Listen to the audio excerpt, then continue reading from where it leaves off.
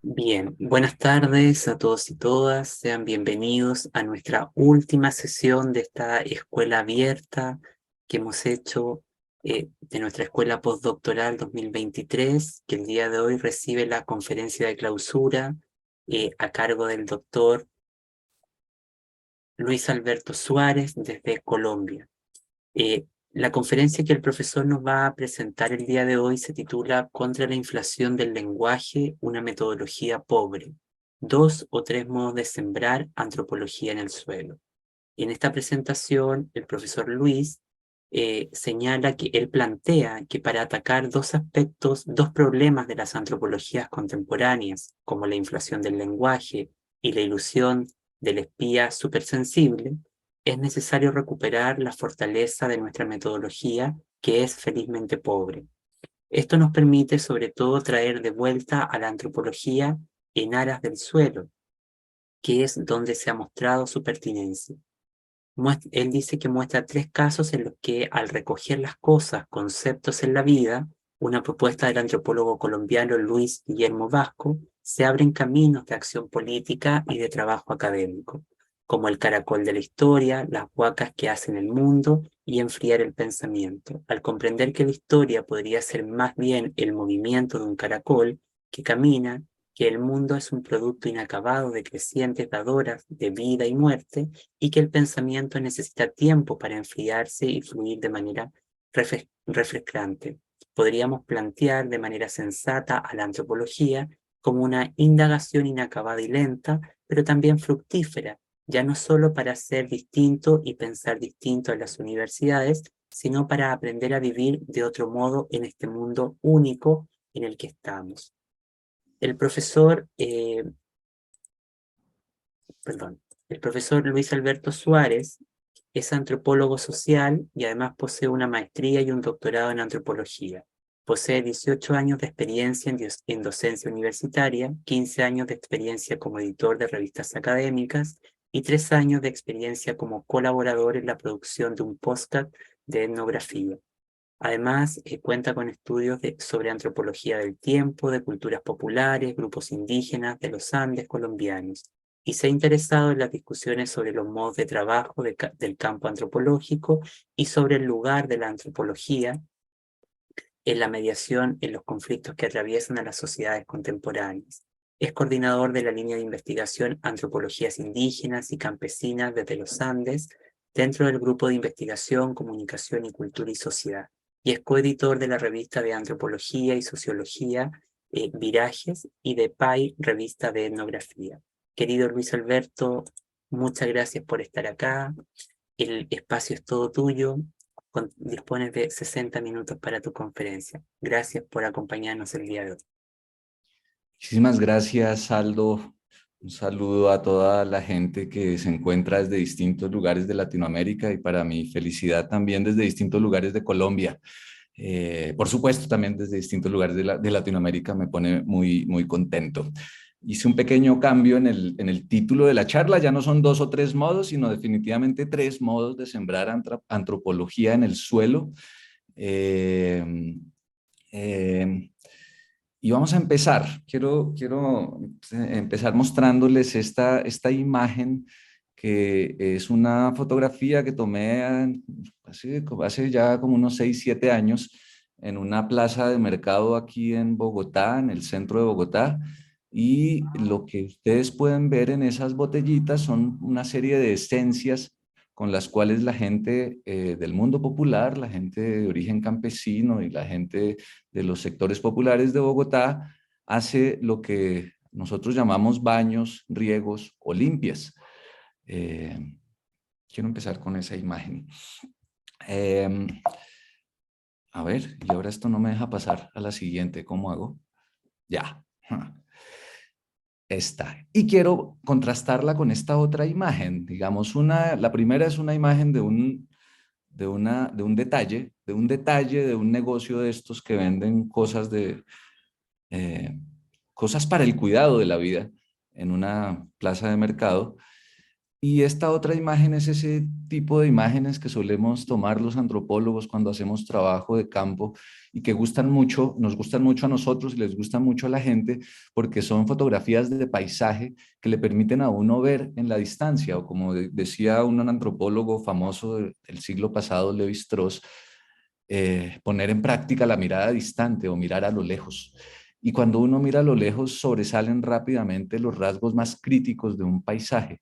En este caso, lo que vemos es el volcán de Chiles al lado izquierdo, en donde está ese conjunto como de casitas, ese pueblito se llama Cumbal, y al lado derecho está el volcán Cumbal. Está Cumbal entre dos cerros gigantescos y vemos el paisaje del altiplano de Túquerres en el mundo de los pastos, en el sur de los Andes colombianos, en el suroccidente andino de Colombia.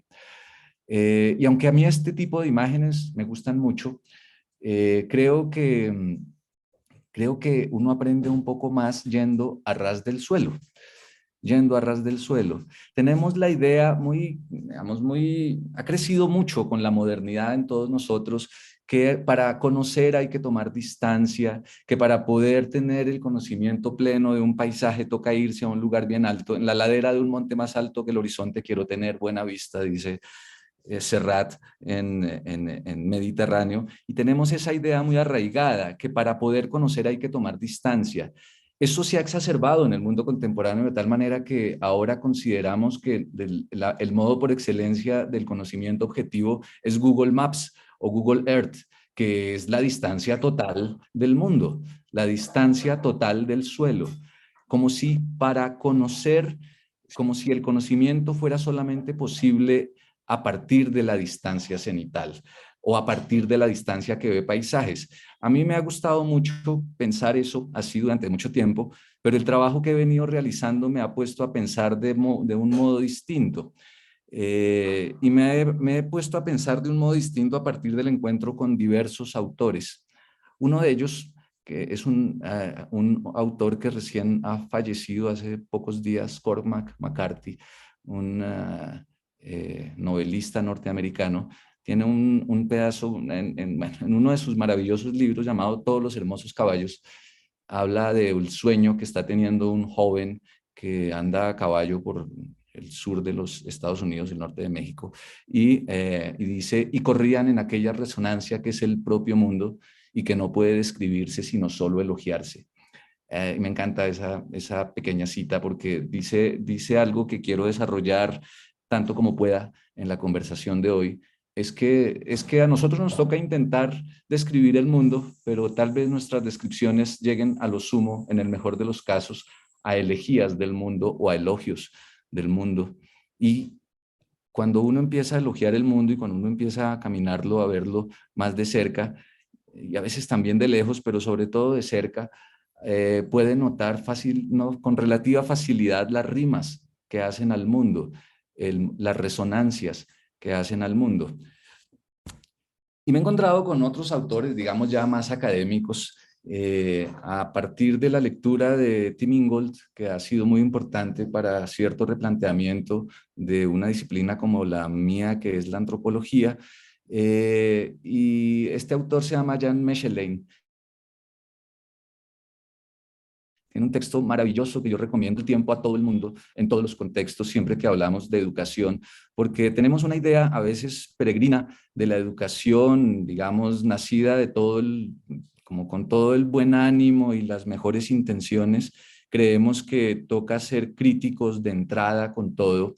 Y este autor, en lo que nos enseña en este texto, educar la mirada a la necesidad de una pedagogía pobre, dice, no dice que no tengamos que ser críticos, pero lo que más pone de relieve es que más que ser críticos más que educarnos como pensadores críticos, debemos educar la mirada para que pueda aprender a mirar, para aprender a mirar.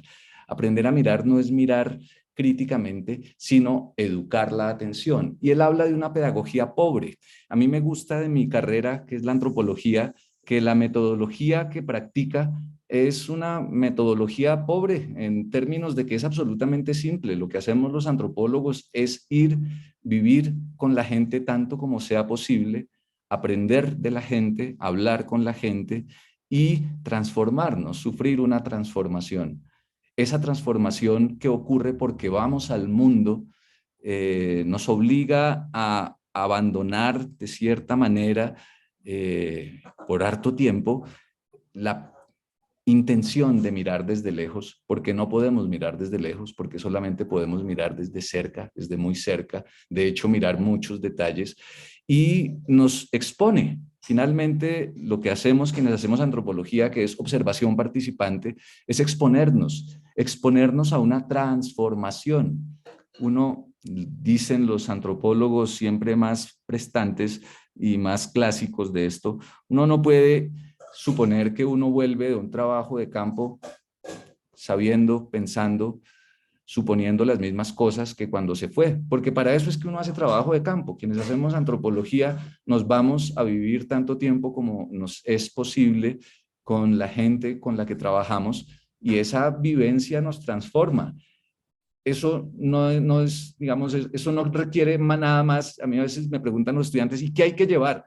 Pues nada, un cuaderno, y la barriga, pues ¿qué más? Toca llevar la barriga, toca llevar la atención, la barriga porque toca tragar, toca comer de lo que nos den. ¿Mm?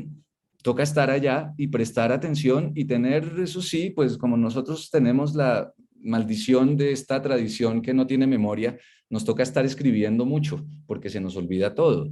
Entonces, la nuestra es una metodología pobre.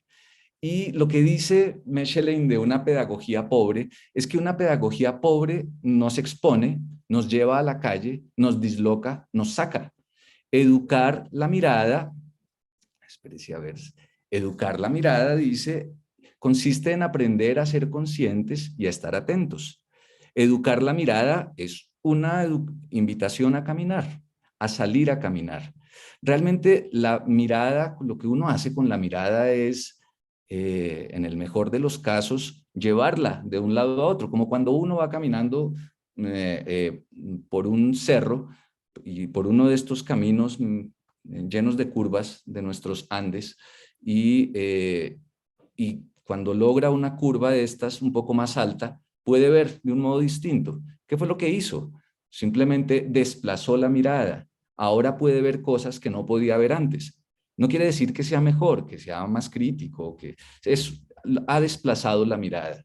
Ha desplazado la mirada. Entonces toca, para poder desplazar la mirada, toca caminar. No sirve ubicarse desde otro lugar en un mapa, porque uno en un mapa se ubica muy fácilmente en otro lado, pero el mapa no le permite conocer. Es una paradoja. Con un mapa uno no se pierde, pero con un mapa uno no conoce. Esa es la paradoja. Uno no se pierde en el mapa, pero uno no conoce en el mapa. No sé si a ustedes les ha pasado, a mí me pasa todo el tiempo que cuando va uno a una ciudad que recién está conociendo, piensa que hay un lugar que es más cercano a otro. Les cuento que Manizales es un lugar lleno de lo que allá llamamos faldas, que son unas pendientes espantosísimas, inclinadísimas. Y entonces hay lugares que ustedes en el mapa pueden ver que son muy cerca, pero están verdaderamente apartados por una hondonada espantosa que no se puede remontar sino dando una vuelta larguísima. Entonces, dos lugares que en el mapa parecen cerca, en la vida real están lejos. ¿Mm? Entonces, para poder conocer en realidad hay que caminar. Meshe le impone un ejemplo tomado de Walter Benjamin acerca que compara esto de caminar un camino, caminar a ras del suelo, eh, y leer un texto. Nosotros a veces leemos un texto.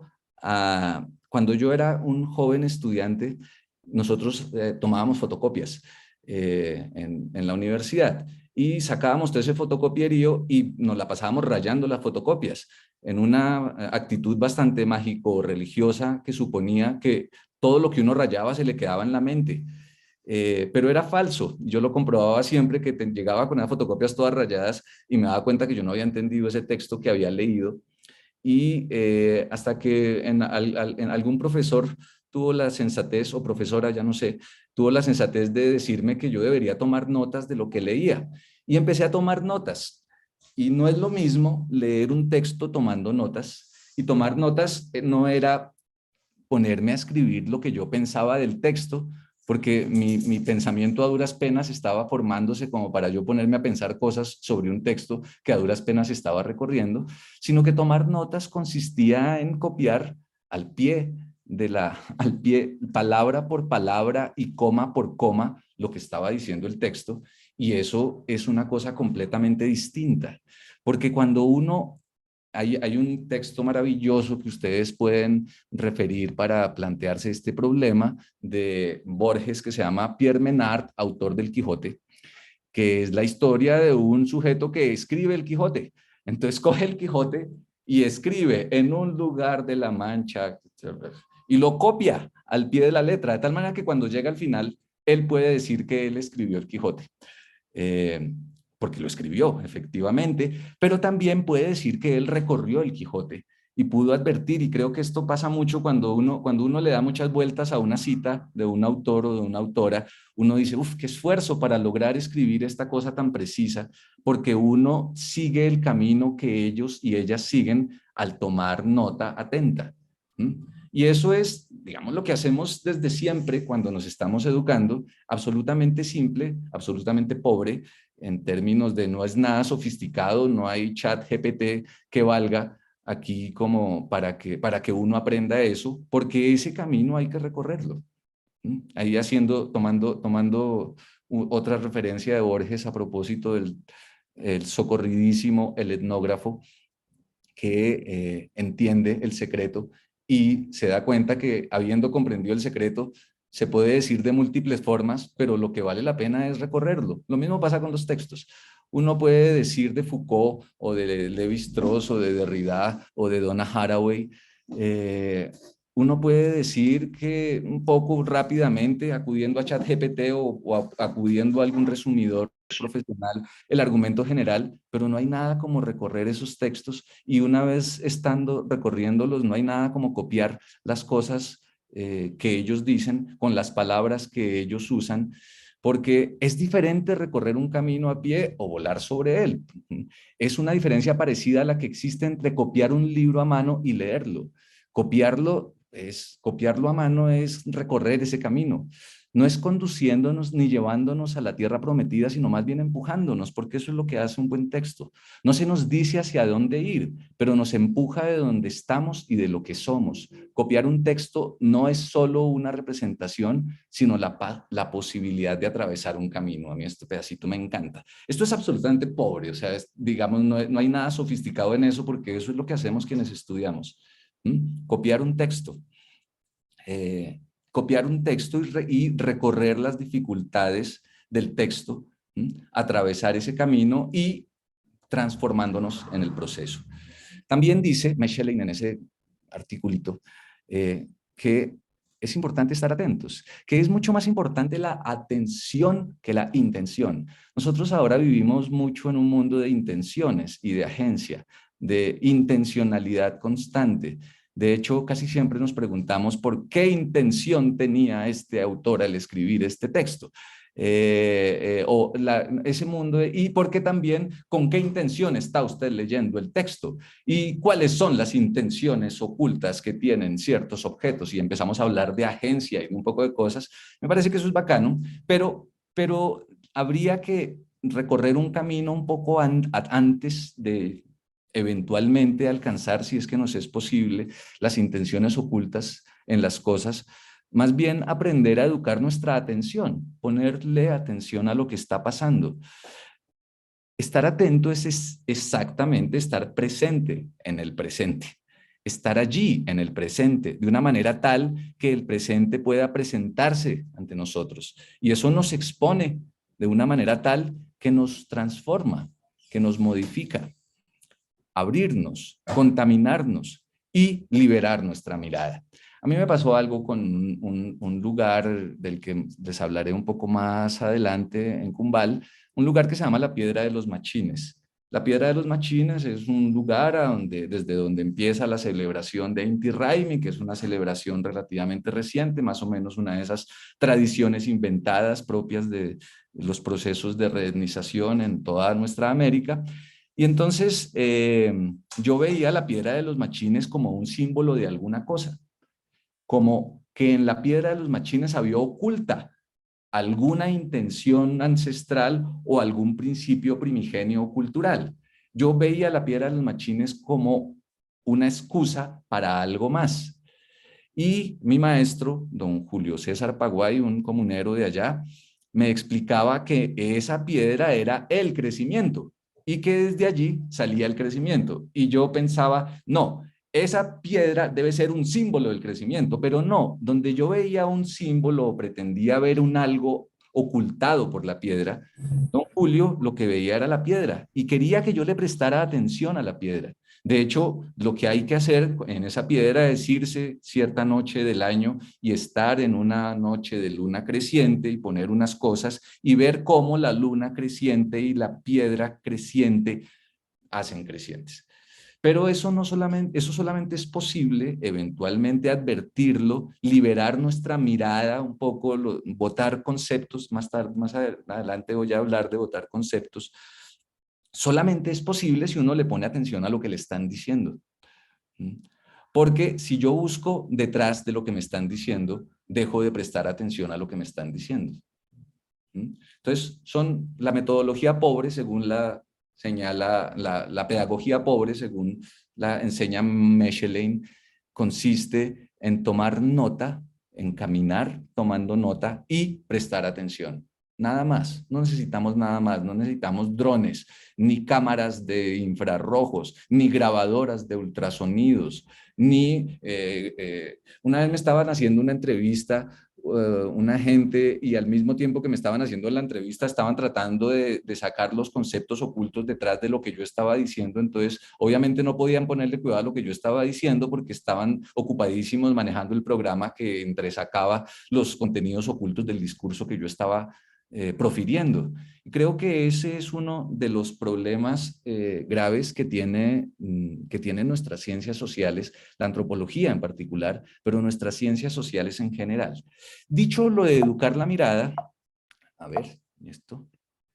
Dicho lo de educar la mirada, quisiera llamar la atención, lo de educar la mirada y la metodología pobre, la pedagogía pobre, quisiera llamar la atención acerca de tres afirmaciones convencionales que hay acerca de la antropología. Y voy a detenerme y me perdonarán que me concentre mucho en la antropología, pero creo que si nos concentramos ahí podríamos hablar de otras cosas más amplias de las ciencias sociales. Pero antes de ir a esas tres afirmaciones convencionales, quiero llamarles la atención acerca de esta imagen que se llama así, esta imagen la capturé en Cumbal, en el chifoniero, en el lugar yo no sé cómo lo llamarán en otros lados, como el chifonier, el lugar en donde uno tiene, no es exactamente un altar, donde uno pone cosas varias que son la belleza de la casa, como las cosas bonitas de la casa o de la vida, como un lugar de souvenirs o cosa por el estilo. Entonces ahí ocurren, entonces me fijé en esto que me pareció maravilloso, es una pieza prehispánica que allá llaman infiel, pero también hay un Jesús, un Sagrado Corazón de Jesús, y hay un pedazo de Barbie en Cumbal. Me gusta mucho, me parece una imagen súper poderosa. No porque oculte nada, sino porque muestra todo. Más bien, no oculta nada y muestra todo. Entonces, y esto es en una casa indígena, esto es importante que sea en una casa indígena. Volveremos sobre esta imagen, volveremos sobre esta imagen. Entonces, las tres afirmaciones como estereotipadas que solemos hacer acerca de la antropología, que incluso quienes hacemos antropología repetimos y a veces la gente de otras ciencias la recoge, obviamente, y pues, si los antropólogos dicen eso, pues seguramente debe ser eso lo que hacen, pero yo encuentro que hay un problema. La primera es que la primera afirmación convencional o estereotipada es que la antropología se trata del estudio de otredades, de estudio de otros. Y uno diría, bueno, pues para los antropólogos norteamericanos y europeos que van a África, a Asia, Oceanía, que vienen a Latinoamérica, pues hasta sí, ¿no? Pero los antropólogos colombianos, chilenos, mexicanos, cuando estudian con indígenas, están estudiando otredades. ¿Mm? Estos indígenas digamos, de la casa de esta imagen son cumbales, son pastos, son del nudo de los pastos, pero ellos no hablan lengua, ya no hablan lengua, hace muchos años no hablan lengua. Eh, pero cuando yo los conocí hace 10 años largos, hace 11 años, nos pusimos a mirar videos de El Cholo Juanito y no me acuerdo cómo se llama el otro, que es como una comedia como indígena que está por todos los Andes, desde Perú, Ecuador y Colombia.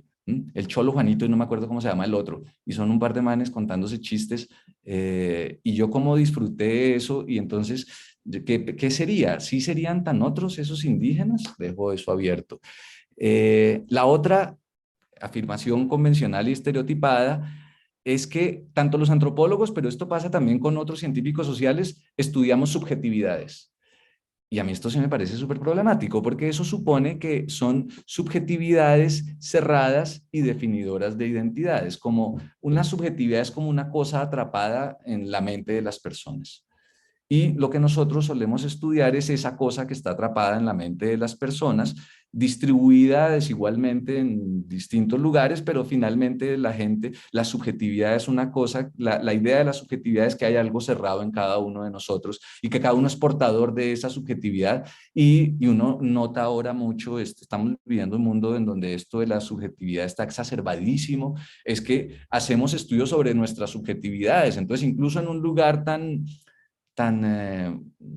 provinciano como Manizales, pues uno ve que los jóvenes reggaetoneros hacen estudios sobre las subjetividades reggaetoneras, los jóvenes ponquetos hacen estudios sobre las subjetividades ponquetas, los jóvenes de patinadores de estos hacen estudios porque estamos todos encerrados en nuestras subjetividades. Y la tercera afirmación convencional sobre la antropología es que esas otredades que la antropología estudia y esas subjetividades eventualmente habitan mundos distintos al nuestro, y ese nuestro debe ser el de los académicos, y esos mundos son inconmensurables. Ante estas tres afirmaciones convencionales, yo quisiera proponer tres afirmaciones alternativas para cambiar un poco el enfoque, el foco, o para cambiar un poco, para poner en peligro esas certezas. Creo que es importante impugnarlas. En principio, porque ya lo había dicho al principio, en nuestros países nosotros estudiamos con los demás, con otros que son conciudadanos por una parte y que son gente como nosotros mismos. Sean indígenas o sean campesinos o sean afrodescendientes o sean ponquetos o sean lo que sea. No son tan otros en realidad. Son otra gente como nosotros, no son otros. La segunda cosa que quisiera afirmar de manera alternativa es que la gente como nosotros transita entre posiciones sociales y ha cambiado varias veces sus modos de vida y su modo de pensar. A mí, una de las cosas que me gusta de dar clase en una universidad pública y de hablar así con gente, digamos, del país, de distintos lados, es que uno está en este juego un poco de la vida universitaria, entre otras cosas, porque no quiere ser el mismo. Porque cada una de nosotras y cada uno de nosotros está en un proceso de transformación constante. No somos gente cerrada. Mi familia es de origen campesino y algunas personas de mi familia se volvieron indígenas, esto es verdad. Se volvieron indígenas acá en Bogotá, en Chía. Yo no estoy indigenizado y pues tampoco soy campesino, soy un sujeto que da clases de antropología en una universidad pública. Y las razones que me trajeron a esto son absolutamente accidentales. Pude perfectamente haber sido como muchos familiares míos, trabajadora en construcción, que en Colombia la llamamos la rusa. Es decir, no somos ni gente finalizada, ni gente finiquitada, ni gente condenada a ninguna identidad ni a ninguna subjetividad. No somos gente finalizada, ni somos gente igual a sí misma para siempre. Y así como pasa con nosotros, los que estamos en esta reunión, que estamos un poco en el juego de la academia, pasa con esos indígenas, pasa con esos campesinos, pasa con esa gente afrodescendiente. Y además, no vivimos en mundos distintos. Uno de los lugares comunes bastante peligrosos de la antropología contemporánea gusta de afirmar que los indios viven en un mundo distinto, viven en otro mundo, viven en otra ontología. Las reglas del pensamiento no parecen regir para ellos, del pensamiento racional no rigen para ellos. Piensan distinto, viven en mundos distintos. En ese mundo en el que ellos viven son posibles esas cosas que ellos dicen, pero no en este mundo. Y creo que eso puede ser lesivo para la conversación con los indígenas. Entonces no vivimos en mundos distintos, se trata del mismo mundo y en esto sigo a rajatabla a Tim Ingold en un texto que se llama One World Anthropology. Ahora, esas afirmaciones de la antropología, creo, digamos, estereotipadas que había mencionado antes, suelen en antropología, pero en otras ciencias sociales, devenir en dos asuntos realmente concretos que a mí me preocupan también de nuestras ciencias sociales contemporáneas. Por un lado, y es donde me voy a detener mucho más más adelante, pero de un lado, lo que llamo la inflación del lenguaje, que es hablar en lenguas, decimos nosotros acá a veces como los académicos empezamos a hablar en un idioma que es cada vez más incomprensible, que es cada vez más rebuscado, andamos a la cacería de neologismos, a la cacería de combinaciones extravagantes entre autores así, entre más rebuscados, mucho mejor. ¿Cierto? Entonces, esa inflación del lenguaje es un problema, ya voy a desarrollar un poquito más. Y otro problema es la ilusión del espía supersensible, que antes lo llamaba la observación encerrada. Ambas cosas, si ve, esto, la ilusión del espía supersensible es un ejemplo de la inflación del lenguaje, si fuéramos al caso. Voy a tratar de explicar la ilusión del espía supersensible. Y para eso voy a utilizar un meme que se ha vuelto es muy de moda entre los jóvenes que estudian antropología y entre los antropólogos en general. No sé si ustedes lo han visto. Es un sujeto que parece estar en una fiesta, en una esquina, allá contra la esquina. Pareciera que está haciendo parte de la fiesta, pero dice, no saben que los estoy etnografiando. O sea, no saben que están siendo objetivados por la mirada antropológica o la mirada etnográfica. Y ese espía, que yo lo he llamado el espía supersensible, se imagina, aunque aquí podemos ver en esa imagen que no es cierto, él se imagina por fuera de las vidas de la otra gente. Él igual está en la fiesta y seguramente alguien en la fiesta se está dando cuenta que él está allá contra la esquina, haciéndose el que no está en la fiesta, aunque definitivamente está en la fiesta. Él también se imagina que haciéndose en una esquina puede observar sin prejuicio. Se imagina que está encerrado y generalmente, como se imagina que está encerrado, él produce un soliloquio, como una narrativa ya sobre su sí mismo, que la lleva al diario de campo y que eventualmente puede compartir como reflexión antropológica. También se imagina que sus interlocutores válidos no son esta gente que está ahí bailando, sino que son o sus lectores, que sean académicos, o los pares universitarios. Yo creo que esta imagen nos muestra verdaderamente un problema, porque siendo un meme tiene todas las gracias y desgracias del meme, porque por un lado me dice, está haciendo burla de ese sujeto, pero también me dice que la mayoría de sujetos que hacen etnografía son como ese sujeto. Y eso sí es tremendamente problemático, porque hace que esta persona esté encerrada en sí misma y no considere que él mismo haga parte de ese mundo. Y pues generalmente nunca baila. O sea, yo creo que toca bailar así bailemos mal, porque ¿qué hacemos? Quienes hacemos antropología hacemos observación participante y para poder participar toca observar y para poder observar toca participar. ¿Mm? La inflación del lenguaje yo creo que es un subproducto, pero es lo más visible de esa idea de que uno está encerrado en uno mismo cuando va a estudiar a unos tales otros. Eh, y la inflación del lenguaje consiste en un enorme esfuerzo que hacemos quienes vivimos en las academias o de lo académico, un gran esfuerzo por separarnos del habla cotidiana, un enorme esfuerzo por hacernos lejos del habla de los sujetos o de los sujetos de estudio.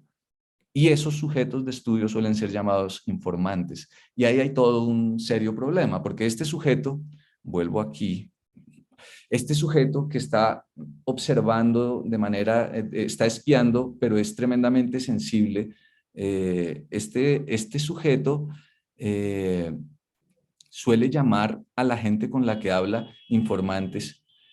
Y creo que en el momento en que empezamos a llamar a la gente con la que hablamos en campo informantes, estamos al mismo tiempo alienándonos y alienándolos, volviéndolos traidores de su propia gente, ¿m? Y suponiendo que nosotros sí no somos de esa gente.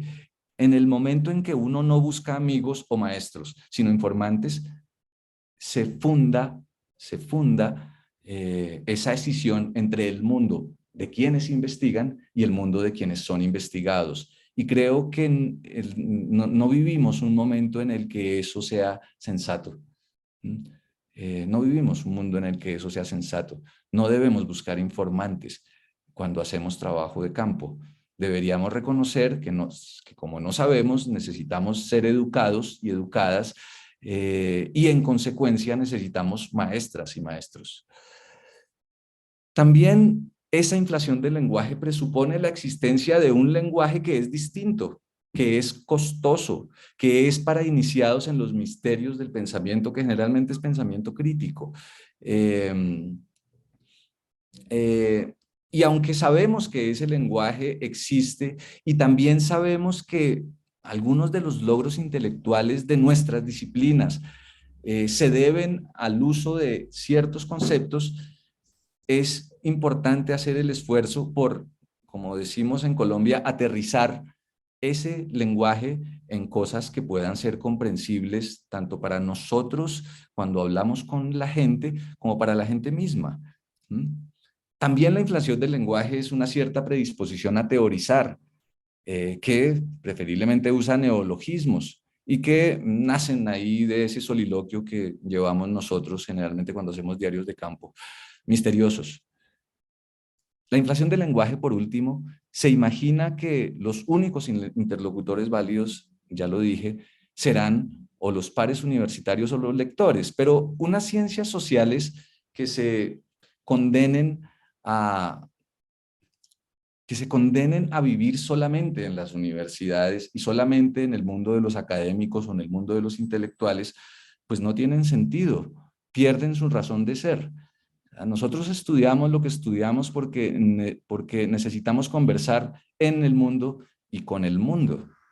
Por eso, a mí me parece que en el caso particular de la antropología, pero creo que esto es aplicable para otras ciencias sociales, es una tarea urgente traerla de vuelta a ras del suelo, traerla al nivel del suelo, porque es al nivel del suelo en donde la antropología ha mostrado su pertinencia y en donde eventualmente las ciencias sociales nuestras, latinoamericanas, del sur global, pueden decirle algo distinto a las antropologías o las ciencias sociales del primer mundo. Para poderla traer de vuelta, yo quisiera trabajar tres o recoger tres cosas, concepto, eh, a la manera en que la ha propuesto el antropólogo colombiano Luis Guillermo Vasco, porque creo que estas cosas, concepto, nos abren caminos de acción política y también nos abren caminos de trabajo académico. Voy a referirme rápidamente a esas tres, voy a enunciarlas y después me meto de cabeza en ellas. Esas tres son el caracol que camina, el caracol de la historia, que tiene allí una imagencita de un caracol a ras del suelo. Luego quisiera hablar de las huacas que hacen al mundo. La segunda imagen que vemos allí es la del volcán Cumbal. Ya explicaré qué son las huacas, el Cerro Cumbal. Y finalmente quiero hablar de enfriar el pensamiento. Entonces voy a meterme de cabeza en estas cosas tratando de recuperar la discusión previa. Cuando yo empecé a trabajar como antropólogo en los primeros años 2000, mi tesis de pregrado quería hacer una indagación acerca de cómo era el tiempo indígena en Bogotá. Y para eso me fui a trabajar con unos indígenas quechohablantes, los ingas, que en Bogotá vivían de preparar remedios contra las enfermedades de la cultura del mundo popular, de los mundos populares, y el remedio por excelencia que utilizan o que utilizaban entonces es el purgante. ¿Mm? El purgante y los riegos. En el supuesto de que a la gente le hacían maleficios y que esos maleficios eran daños o eran enredos o eran brujería. Lo que yo me encontré trabajando con los ingas, antes de ir aquí a estas imágenes, pues era yo un antropólogo bastante novato. Lo que me encontré es que hablaban raro, que el español de los indios era bastante extraño porque cuando contaban las cosas en español siempre hablaban devolviéndose. ¿Mm? Y entonces siempre estaban contando algo y se detenían, decían luego a esas horas o decían Elai y después Trin, seguían contando algo que había pasado antes de lo que estaban contando y después decían Elai o, o vuelta a esas horas y después seguían contando algo que había pasado después. Lo que me di cuenta es que su narrativa era bastante extraña, iba y venía como de un lado a otro. Y me encontré en los chumbes una figurita que se llama Cuti o Cutei. Y los chumbes ya les explicaré más adelante qué son. Es un lugar en donde las mujeres indígenas cuentan la historia y cada que ponen ese simbolito funciona como un signo de puntuación. Entonces el chumbe, que es una faja tejida, ya les voy a mostrar unas, va contando una historia y de pronto llegan a un punto en donde dicen cuti o cutei o vuelta. Y trin, se devuelve y siguen contando la historia. El caso es que para mí lo que yo encontré es que el tiempo entre los ingas estaba hecho de cuti o vuelta o devuélvase. De tal manera que el tiempo indígena no se estaba contando como una línea orientada sin retorno, sino que era justamente una línea llena de retornos, una narrativa llena de giros y llena de retornos. Con el tiempo escribí esa tesis y con el tiempo me vine a encontrar un trabajo de 10 años antes que yo no conocía, esto es culpa mía, falta de revisión, de una antropóloga peruana llamada Elizabeth Kramer, que también había trabajado con chamanes quechohablantes, pero en Lima, en Perú, y ella había encontrado que los chamanes llaman al daño o a la brujería cuti o enriedo. Y el enriedo se ilustra como eso, como un enriedo, como ese enriedito que hay ahí, como un poco de, como un tachón. Y lo que hacen los chamanes cuando empiezan a curar a la gente es poner esa narrativa de enredo, le piden a la gente que lo cuente y los purgan y les dan remedio para que ellos empiecen a contar la historia bonito, dicen los indígenas, cuente bonito. Y contar bonito es contar tomando esta forma, que es esa del cuti, que aparece en los chumbes, o que también en los chumbes ilustra la medicina tradicional. Este es muy lindo porque esta imagen es de la imagen de la medicina tradicional, pero la medicina tradicional está hecho de vuelta. En un libro maravilloso de Michael Taussig llamado Chamanismo, Colonialismo y el Hombre Salvaje, que es un libro escrito a partir de las tomas de yagé que hizo este antropólogo australiano en el Putumayo colombiano, en ese libro hay una ilustración bellísima, una fotografía bellísima del taita de Santiago Mutumbajoy curando a una niña de tristeza. de tristeza. Entonces la niña tiene enfermedad de tristeza y lo que hace el chamán es curarla. ¿Y cómo la cura? Con cuti, purgándola, haciéndole que ella misma dé vuelta y vomite y defeque profusamente. Entonces esta es una ilustración de la medicina tradicional que también tiene ese cuti. Pero el cuti, dice la antropóloga Elizabeth Kramer, se apega a un cierto modelo del tiempo andino, que es el modelo Pachacuti, que va tomando esta forma. Y esta figurita que está en ese texto de la antropóloga peruana es el tiempo andino, pero también está en esta otra figura que es el chumbe, y este es un chumbe nasa. Un chumbe nasa que tiene esa misma forma y que se hace justamente para muchas cosas. El chumbe se hace para contar la historia, porque el chumbe cuenta la historia, pero también para cuidar el crecimiento y para cuidar el vientre de las mujeres. Entonces esta faja la usan las mujeres para proteger el vientre y cuando nacen los niños los chumban, es decir, los cogen y los fajan muy apretadamente para que crezcan bien.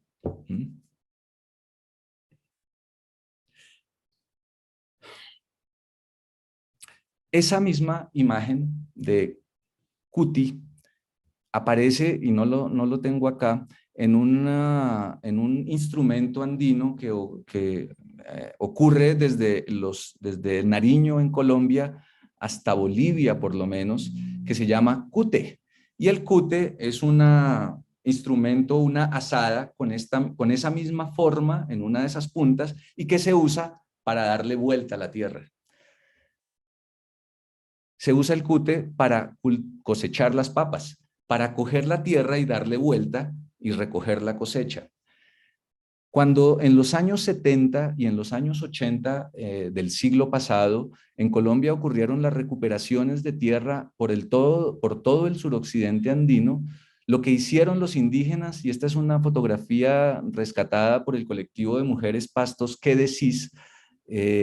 Lo que hacía la gente era meterse a las haciendas de los terratenientes. Esto ocurrió allá en el mismo altiplano de Túquerres que les mostré en la segunda imagen. La gente se metía a las haciendas, le daba vuelta a la tierra, se metía en las noches, le daba vuelta a la tierra y llevaba las plantas crecidas y las sembraba de tal manera que al día siguiente los indios podían hacer parecer como si llevaran mucho tiempo ocupando la tierra. Y de esta manera metiéndose a las haciendas, dándole vuelta a la tierra y rehaciendo una historia de crecimiento, por lo menos corta, de esas plantas, lograron rehacer la historia. Y esto es, digamos, lo más importante, porque lo que hicieron los indios cuando recuperaron la tierra fue cambiar la historia.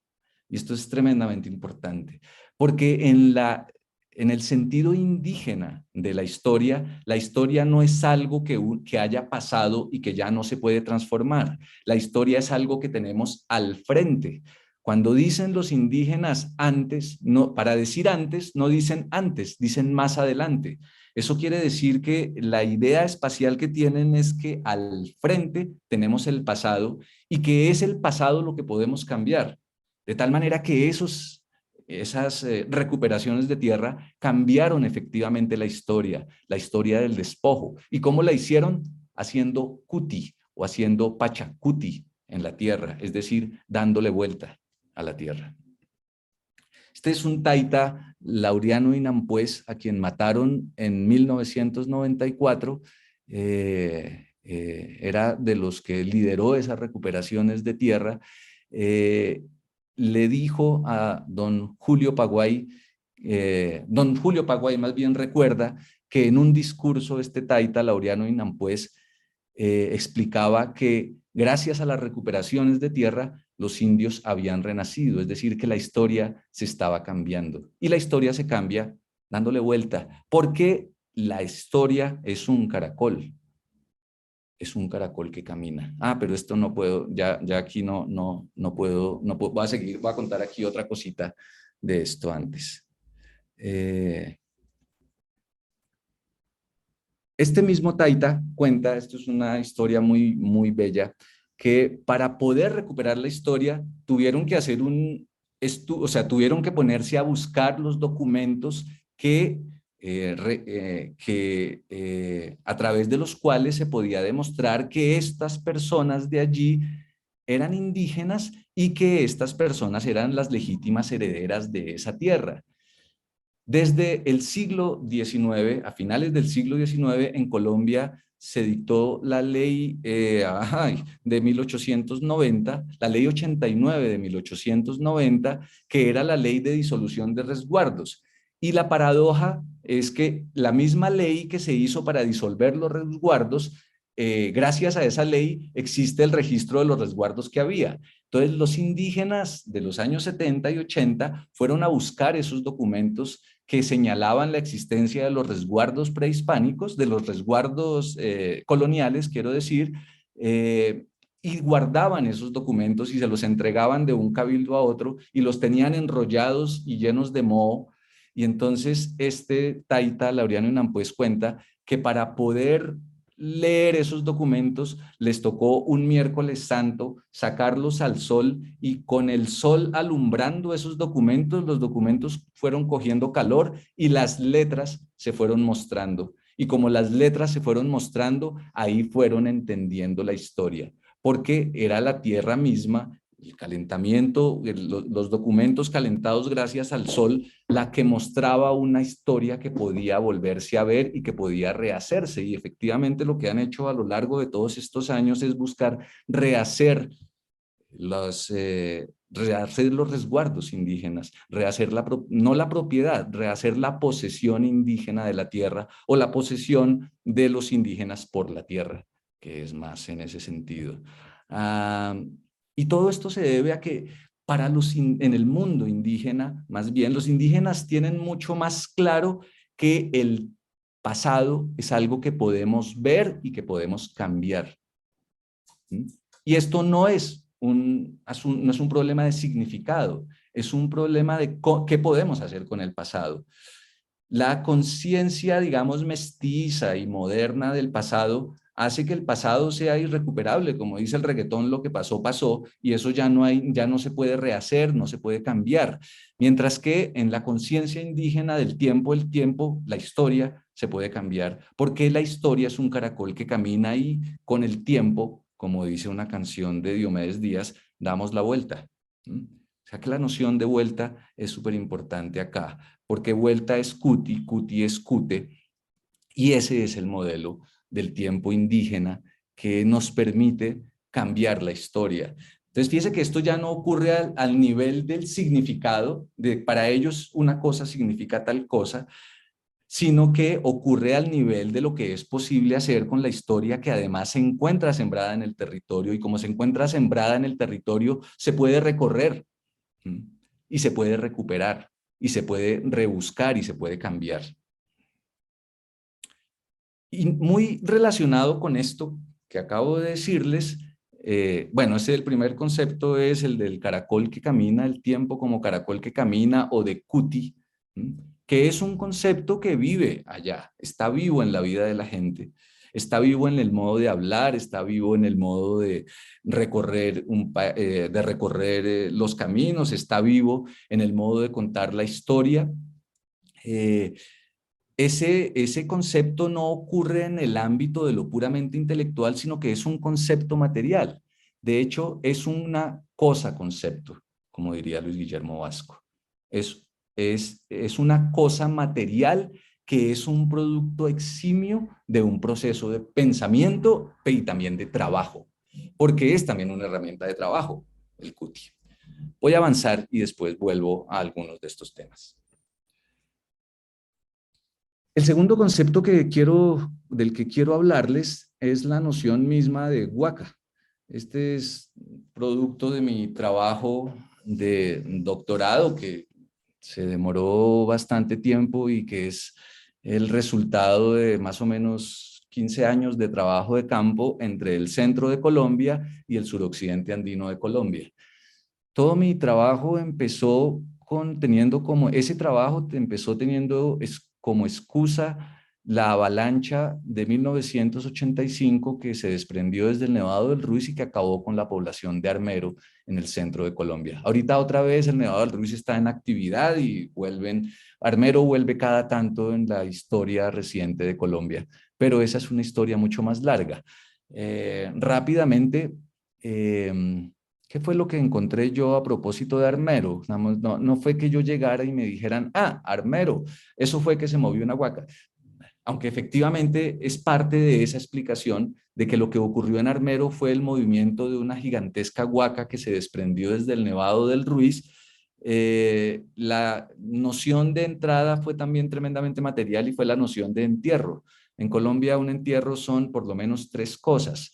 Un entierro es una ceremonia fúnebre que inaugura una prolongadísima relación entre los vivos y los muertos.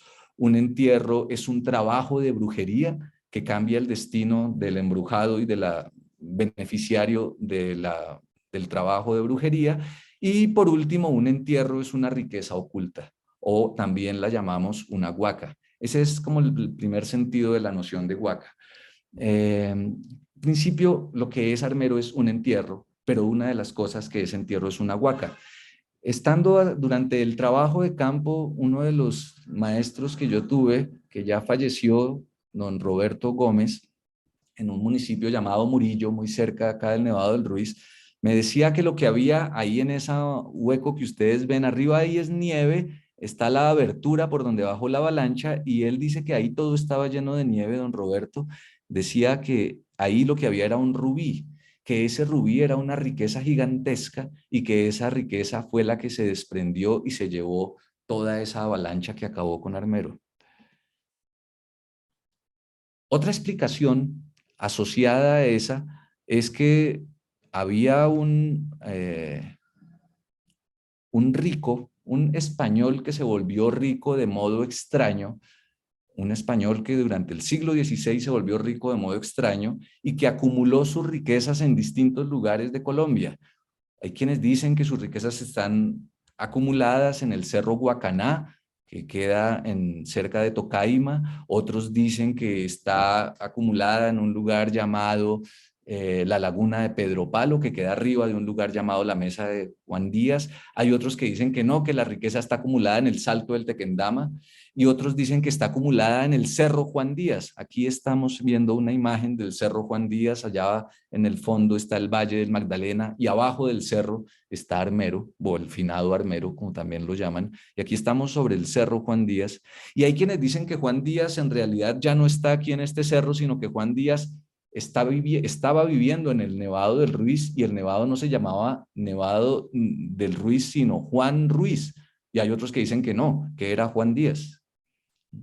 De tal manera que lo que hay, al menos lo que parece haber es, y todos estos lugares son huacas, parece que lo que hay es que donde hay huaca hay riqueza, y donde hay riqueza hay avalanchas, y donde hay avalanchas hay cerros. De hecho, la gente dice cuando hay avalanchas que el cerro se mueve desde lo alto llevando la riqueza. Y es todo, y es todo él, un enorme, es un cataclismo, es un pachacuti, porque un pachacuti es un momento en el que el mundo cambia de forma, se trastorna, y lo que estaba enterrado queda desenterrado y lo que estaba desenterrado queda enterrado. Y eso fue efectivamente lo que pasó en Armero. Porque en Armero la santa que resume a todo Armero, ella es Armero, en ella se resume Armero, es una santa que quedó a medias enterrada y a medias desenterrada, que es la niña Omaira Sánchez. Esta estampa la recibí yo en 2007 durante mi trabajo de campo y creo que resume de una manera muy elocuente qué es Armero, porque Armero es el objeto de un evento terrible, de una manifestación de lo sagrado, en donde Armero como Omaira queda enterrado y desenterrado, porque Armero está así, está a medias enterrado y a medias desenterrado, por acción del Nevado del Ruiz, pero en este caso el lugar del Nevado del Ruiz lo ocupa Jesús. Es muy chévere. A mí me gusta mucho cómo la cultura popular coge y colapsa un poco de temas o de motivos en una sola cosa y lo vuelve una cosa material, profundamente material. De hecho, a Omaira lo que uno ve que la gente hace es llevarle regalos de niña Omaira, y entonces son regalos que empiezan a padecer el mismo destino terrible que padeció Omaira. En los últimos años le han regalado muñecas que entierran en cemento, y ahí lo que podemos ver, una de estas imágenes, es un resto de muñeca. Además, este es un mundo de restos también, bueno, pero esta es otra categoría, este es otro concepto, cosa que podría servirnos para pensar y para hablar de modos distintos. En este mundo de restos, los restos de esta muñeca están enterrados y desenterrados, están atrapados en este caso en cemento, en hormigón, y esta muñeca está absolutamente embarrada, y quienes hemos sido beneficiarios de los regalos, ambas muñecas están en dos enterradas, una embarrada, y quienes hemos sido beneficiarios de Omaira, pues le llevamos placas de reconocimiento que atrapamos también en hormigón. Es una cosa, todo es un asunto profundamente material, pero también es una reflexión sobre el sentido de la vida. Y cada 13 de noviembre a Armero llega una literal avalancha de gente que baja por la que era la calle principal de Armero, y cae hasta donde estaba Omaira, hasta donde estaba la niña Omaira. A veces el asunto se vuelve, digamos, mucho más depurado, y como ocurre con esta imagen, esta fotografía, en Colombia encontramos lugares para las apuestas, lugares de apuestas, lugares para la fortuna, que se llaman como este Volcano Island. ¿Mm? Bueno, creo que me estoy pasando de tiempo. Voy a aligerar esto. Muy Señalar. bien, Luis, estamos bien, todavía quedan 10 minutos. Bueno, perfecto. No, pero yo sí me queda todavía bastante aquí por decir. Eh, eh, bueno, no, el oro, no voy a hablar del oro, aunque sí quisiera hablar un poquito del oro. Es, digamos, un asunto importante en el norte del Tolima es que el oro está vivo o es vivo. Y en la medida en que el oro es vivo, tiene mañas y se mueve y esquiva la ambición, esquiva la envidia. Entonces él se mueve evitando ser atrapado, eh, se mueve evitando ser atrapado, porque este es un mundo en donde la ambición al mismo tiempo es mal vista, pero es la única manera de poder vivir. Que es interesante que cuando se mueve el oro, se mueve en avalanchas o en crecientes. Y las avalanchas, como explicaba don Arturo Delgado, que ya murió, el mundo es producto de una avalancha primigenia que dio origen a un lento proceso de derrumbamientos conocidos por los campesinos como volcanes. Esa avalancha primigenia es llamada por él y por los campesinos de esta región el diluvio. Y es muy impresionante porque si uno revisa el manuscrito de Huarochirí, un texto del siglo XVI, de principios del siglo XVII, recogido a partir de un aparente informante de Francisco de Ávila, del cura Francisco de Ávila en la parroquia de San Damián, en cercanías de Lima, al sur de Lima. Si uno mira el manuscrito de Huarochirí traducido por José María Arguedas, lo que hay en el manuscrito de Huarochirí son un montón de diluvios primigenios que los llaman diluvios, pero son avalanchas. Y esas avalanchas son el movimiento de las huacas. Y el movimiento de las huacas entonces es el movimiento de los cerros, el movimiento de la riqueza, el movimiento de seres primigenios que cobran forma humana y también que se vuelven cerros, como ocurre con Juan Díaz y como ocurre allá en Armero.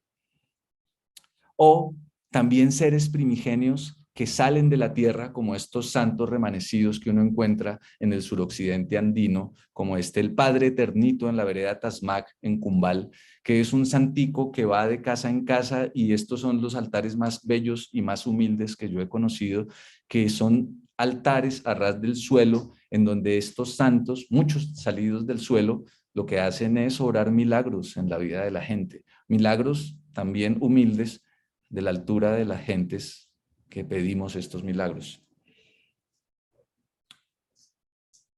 Y esta es otra huaca, que es el Cerro Cumbal desde Huel. y por donde suben las Guaycosas. O este otro, San Francisquito, que es otra huaca. Este es un santo que salió efectivamente de la tierra, un santo al que se le hace un baile y en ese baile ocurren todos los dones y ocurre una creciente de comida que se da en estos baldes colgados al frente de la capilla, o que se da en esta imagen me encanta, o que se da como estos mercados gigantescos que después se disponen ay, no están, que después se disponen en unas melgas milagrosas y que hacen la fiesta, porque el santo lo que hace San Francisquito es da comida. Cuando la gente está sirviendo la comida, antes de servirla, bendice la olla y dice, San Francisquito bendito que alcance para todos. Y este es un santo, San Pacho, nacido de la tierra, que da comida y da el agua y da también las lluvias. Eh, Esta imagen resume lo que son las huacas. Yo lo que digo es que las huacas son la fiesta creciente que viste al mundo. Son crecientes que le dan sentido a la vida, que dotan otra vez de vestido al mundo a partir de un mundo que crece a partir de los restos. Y lo que muestra esta imagen hecha por la antropóloga Cumbal Pasto, Janet Taimal, es una creciente naciendo desde el Cerro Cumbal, en donde todos los motivos de las huacas, al menos de los que yo suelo hablar, aparecen allí. Está el Padre Eternito, está Omaira, está San Dieguito de Muellamuez, dicen que en las huacas bajan una fiesta y bajan unos músicos tocando guitarra y bajan unos toros de oro y bajan culebras de oro y bajan los duendes y baja el oro y baja la riqueza. Y todo esto es simplemente un concepto cosa. Las huacas existen materialmente en el mundo y la gente sabe reconocer su existencia y por eso, además, se sabe dependiente de las huacas, como de San Francisquito. Voy a avanzar y para el tercer caso voy simplemente a leer dos referencias que me gustan mucho porque nos llevan también, bueno, con lo de las huacas, algo importante, si con el cute lo que uno podía advertir es que el tiempo puede entenderse y vivirse de un modo distinto y la historia puede entenderse y vivirse de un modo distinto. En el mundo de las huacas, la relación con el mundo también puede vivirse de un modo distinto, porque lo que le enseña a uno el estudio de las huacas es que todos vivimos del mundo, que somos dependientes del mundo, que somos hijos verdaderamente de los cerros, y así como los indígenas no tienen, digamos, en su narrativa de los años 70 y de los 80 no tenían propiedad sobre la tierra, sino que a lo sumo tenían la tierra encargada para poderla trabajar en el supuesto de que dependemos de la tierra y que es de la tierra donde vienen las crecientes de la vida. Y aparte que las huacas lo que hacen es repetirse en todos lados, es muy impresionante. Acá en Colombia tenemos también, ahora se me olvidó cómo se llama, el lugar en donde está el Cerro de Oro, ¿cómo se llama? El cerro donde está la mina de oro más grande de cielo abierto, ya se me olvidó ahora. Cajamarca, tenemos nuestra propia Cajamarca, pero también tenemos un montón de lugares repetidos que están por todos los Andes y eso es muy, muy impresionante. ¿Mm? Eh, Porque los personajes de estas historias también se repiten. Cuando yo una vez fui a Bolivia, la vez que fui a Bolivia, más bien, la vez que fui a Bolivia a contar la historia de Armero, yo la contaba como si fuera una cosa súper exótica y allá a nadie le pareció exótico, sino que les pareció lo más normal del mundo, porque allá pasaba exactamente lo mismo. ¿Mm? Pasaba exactamente lo mismo y eso es una maravilla. Entonces, sí, ¿qué es lo que enseña esta cosa de las huacas? Que dependemos del mundo y que vivimos en un mismo mundo y tan pronto uno se pone a estudiar la cosa, empieza a advertir que no solamente los nombres de los lugares están repetidos, sino que esa relación más sensata con la tierra, que reconoce que la riqueza es no tocar y que las crecientes dadoras de vida bajan por nuestros ríos profundos, eh, nos permitiría una relación distinta con el mundo. Yo digo una guacografía. En un vuelo en el único vuelo no, he hecho dos vuelos entre el aeropuerto 3 de mayo de San Francisco, ¿de San qué? De San Francisco de Asís, de Puerto Asís, de Puerto Asís, Putumayo, a el aeropuerto El Dorado de Bogotá, que es ya es supremamente diciente porque las huacas en el mundo andino aparecen, al menos en Colombia, aparecen el 3 de mayo y el aeropuerto se llama 3 de mayo. Y del aeropuerto 3 de mayo al aeropuerto El Dorado, que son 2 aeropuertos huacas, en un vuelo entre esos 2 aeropuertos, un trabajador de estos que instalan torres de energía me empezó a averiguar la vida, entonces yo le conté que yo estudiaba las huacas y entonces se puso a mirar para abajo y me dijo, y pensar que todo eso está lleno de huacas, porque la idea que tiene la gente es que el mundo está lleno de huacas, porque las huacas son las que hacen al mundo. Bueno, dicho eso, me voy a la tercera cosa.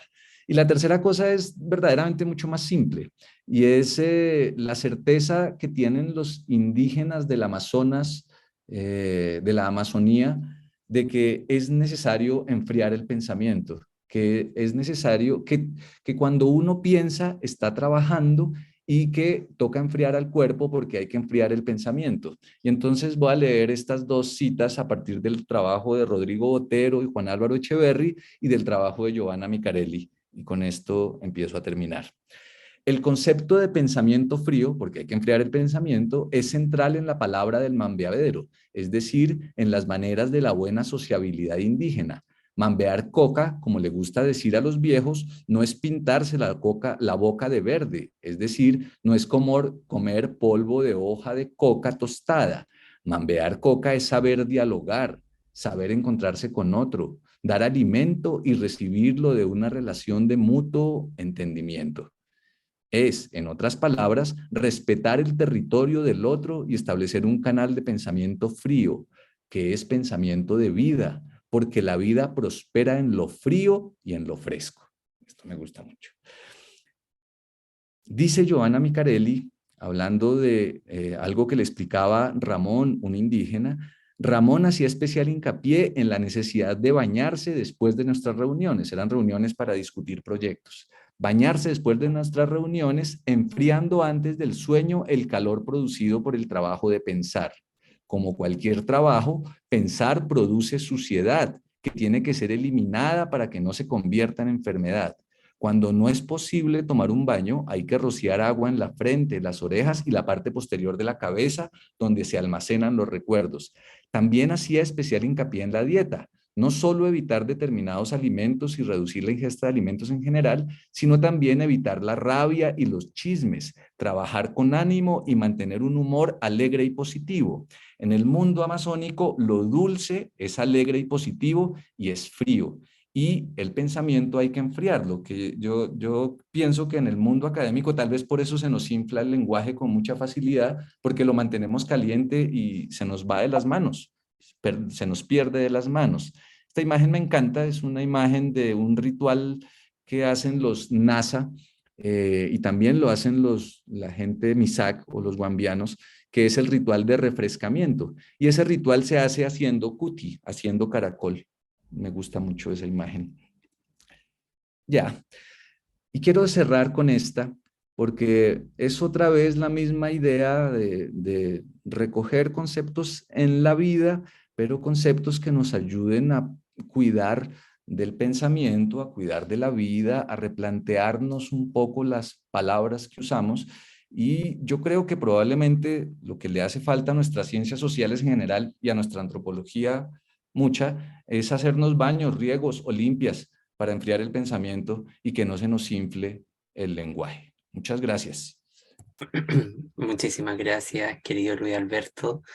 Yo invitaría en este momento a todos quienes estamos acá conectados que podamos encender nuestras cámaras por deferencia al profesor para que podamos establecer un diálogo más ameno y también considerando que es nuestra última sesión que nos vamos a encontrar. Bueno, yo comparto lo que Ivonne Valencia señala acá, que es muy interesante. Me sorprendió mucho esto que tú nos compartías, profesor, de los cruces entre las prácticas lingüísticas, los modos de ubicarnos con relación a ciertos fenómenos. Y me parecía que en el caso de la educación inclusiva siempre estamos haciendo inflación del lenguaje y estamos como este sujeto que se ubicaba en la esquina del espía mirando a los otros como raros, ¿no? Me parece que yo pensaba mucho en el efecto de las políticas públicas, pero volviendo a lo de la conferencia, me encantó estos cruces que habían entre lo mítico, lo religioso, las prácticas de relacionamiento que hay allí. Bueno, aquellos que tengan consultas, comentarios, tenemos exactamente 12 minutos para eso, así que aquellos que quieran participar con la opción de levantar la mano, nos ordenamos. Adán, adelante. Muy buena tarde, buena noche para los que ya están en la noche y tarde para los que aún están en la parte de tarde. Luis Alberto, muy buena tarde, muchas gracias por esas pinceladas y esos abreboca, esas provocaciones, dicen los académicos, en términos de, de esta conversación del día de hoy. Pues Luis Alberto, a mí me interesaba mucho porque yo me muevo un poco en ese mundo. Tengo de pregrado Ciencias Sociales y hice algo de antropología aplicada. Entonces, yo he venido reflexionando en esas otras formas de ver el mundo.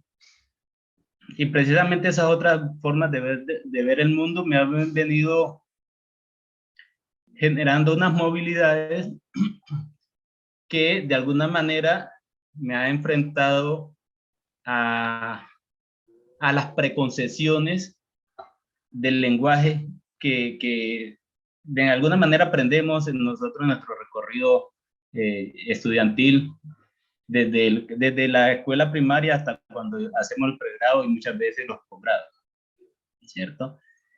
Y me quedo con los dos conceptos finales que hiciste lectura, sin decir que todo el recorrido haya perdido interés para mí, pero me quedo con esos dos, tal vez porque fueron los últimos, pero me interesa básicamente por el tema de cómo allí en esa concepción de enfriar el pensamiento yo entiendo una sabiduría, un conocimiento profundo de estas comunidades. Ese enfriar el pensamiento está planteando para mí una manera no solo de descargarse para reiniciarse, ya sea para el descanso o para una nueva conversación, sino también una forma de despojarse de los prejuicios, despojarse de las preconcepciones para poder dialogar con el otro, ¿sí? Para poder entrar en sintonía y poder de alguna manera llegar a puntos de acuerdo. A mí me parece potentísimo eso. ¿Sí? Y bueno, y sobre todo me es más llamativo porque yo vengo hablando, Luis Alberto, en el conocimiento ancestral como movilizador de los conocimientos. Y entonces he venido discutiendo y poniendo en el mundo académico el concepto de el conocimiento tradicional o ancestral de las comunidades como un conocimiento que está en la capacidad de dialogar con la academia. ¿Sí? Y yo encuentro en esos pensamientos grandes posibilidades. De hecho, en mi tesis hoy la estoy trabajando en eso. Y pues tu charla me ha sido de gran beneficio para seguir profundizando. Muchas gracias, Luis Alberto. Muchas gracias, Adán. Luis Alberto, ¿cómo te acomoda? ¿Juntamos un grupo de preguntas o Sí, Juntemos un grupo y ya me refiero a varias cosas. perfecto? Entonces vamos con Stephanie y con Claudia posteriormente. Bueno, Luis, muchas gracias pues yo me sentí como, no sé, como con una narrativa muy chévere, ¿no? Como que se fueron hilando muchas cosas y fue muy agradable. Em, pienso que también había muchos niveles en su exposición. Entonces, por un lado, hay como un cuestionamiento, pienso yo, desde lo que a la forma también como, o en ciertos, como en ciertos lugares que hemos ido cayendo en la forma de hacer las ciencias sociales, que me parece que son importantes como llamados, y me parece muy bacano eso. Por un lado, tenés unas tesis muy provocadoras, sobre todo en el tema del otro, pero a mí personalmente me quedó faltando, igual parece que tenían más diapositivas, que me explicara o que desarrollaras un poco más este tema. Si efectivamente yo también estoy de acuerdo que hay una centralidad en la subjetividad, pero no entendí por qué vos ves la subjetividad como cerrada y esencialista. O sea, no entiendo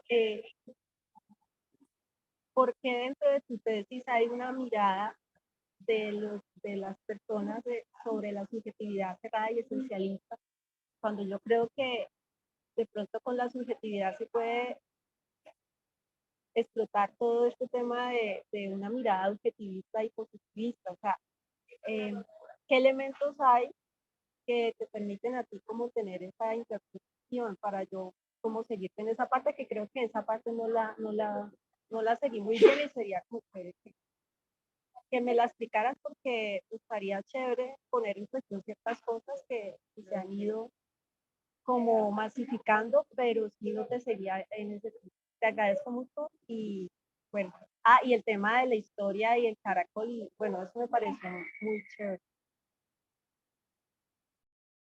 Muchísimas gracias, Stephanie. Claudia, vamos contigo.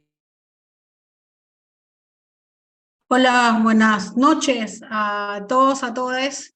La verdad es que no quería despedirme sin primero agradecer.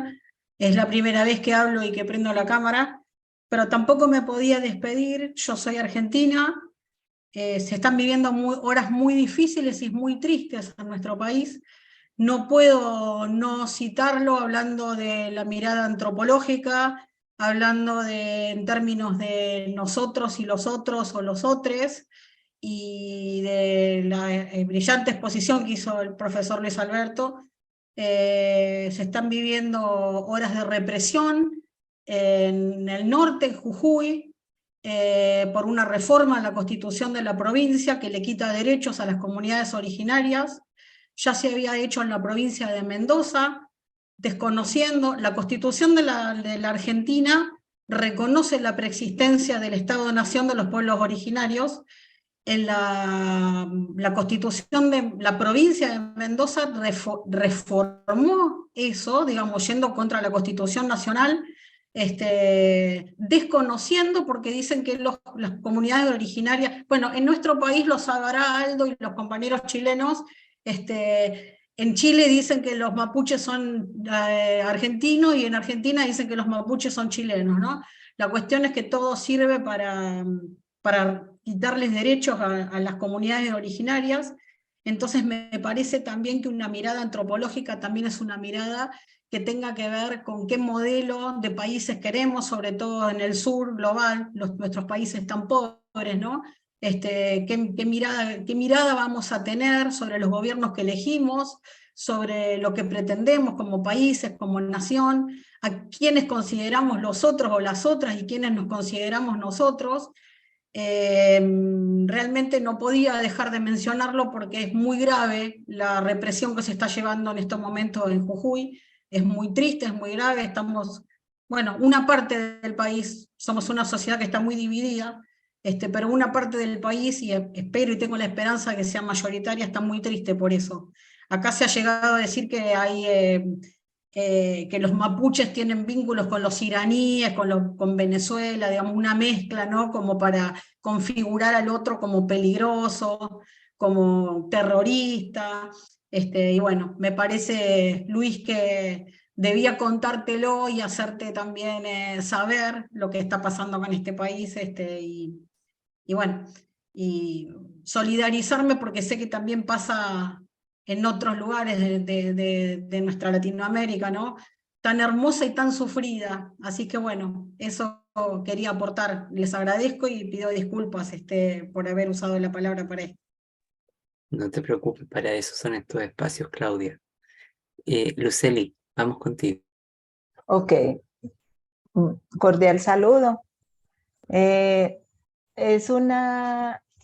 Me parece la invitación que hace el profe súper excelente de retomar esa mirada en esos espacios, en nuestros contextos, donde está la historia, donde está todo nuestro saber ancestral, donde está todo lo que nosotros necesitamos precisamente como para empezar a dinamizar la educación, esos debates académicos, la investigación, porque son espacios que se han tenido totalmente olvidados.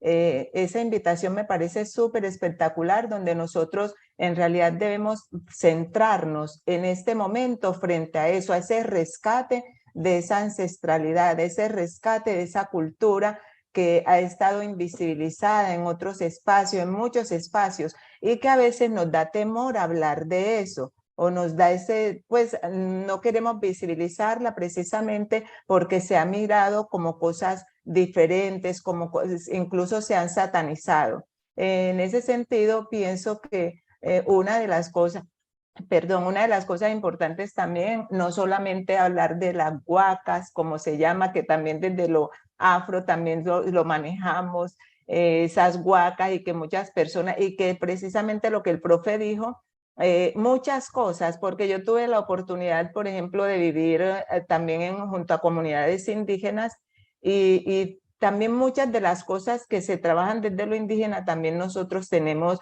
en cuenta algunas de ellas. Entonces, a veces como decir uno, bueno, esto es de lo indígena, yo digo, pero también nosotros lo practicamos. Entonces, como ese cruce de cosas, de cultura y todo eso también es bueno como tenerlo en cuenta, porque y no como parcializarlo solamente, o que depende solamente de cierta cultura a cierta cultura, sino que son esos cruces que también podemos tener en cuenta, y que la interculturalidad precisamente puede dar razón de ello. Le quería preguntar al doctor Aldo frente a las condiciones de la cuestión del postdoctorado, que también estoy como interesada, pues en muchos de los que estamos acá, pienso, sería bueno como que nos diera explicación sobre eso. Muchísimas gracias. Con todo gusto, Lucelia. Al término de la sesión, Ok, les comparto eso, pero ahora, sin quitarle el sí, brillo a nuestro querido sí. Luis Alberto. No, Gracias. así es. Gracias.